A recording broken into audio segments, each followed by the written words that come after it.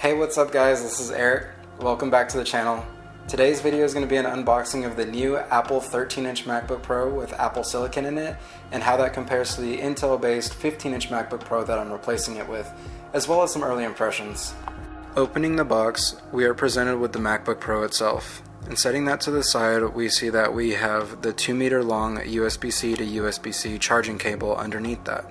As well as above that is the envelope, which contains some paperwork and the Apple logo sticker. Underneath that is the 61-watt USB-C charging cable, which is used to charge the MacBook as well as other devices. Here you can see that the 13-inch MacBook is a lot smaller in footprint than the 15-inch version, as well as the main differences in the keyboard being the arrow keys, the trackpad, and the touch bar towards the top of the keyboard layout. The main differences of these two devices are displayed here, with the 15-inch MacBook on the left side and the 13-inch on the right. So a couple of things that I've noticed so far while using the new MacBook is that it's surprisingly heavier than I expected it to be.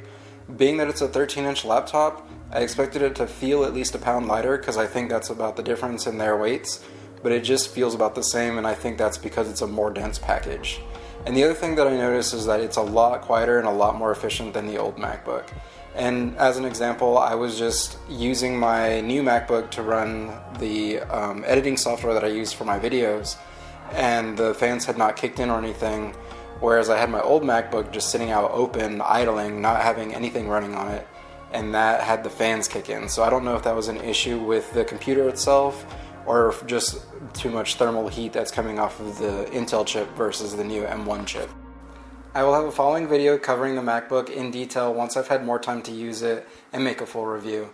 As always, thank you for watching. Please subscribe and feel free to drop a comment below, and I'll catch you guys in the next video.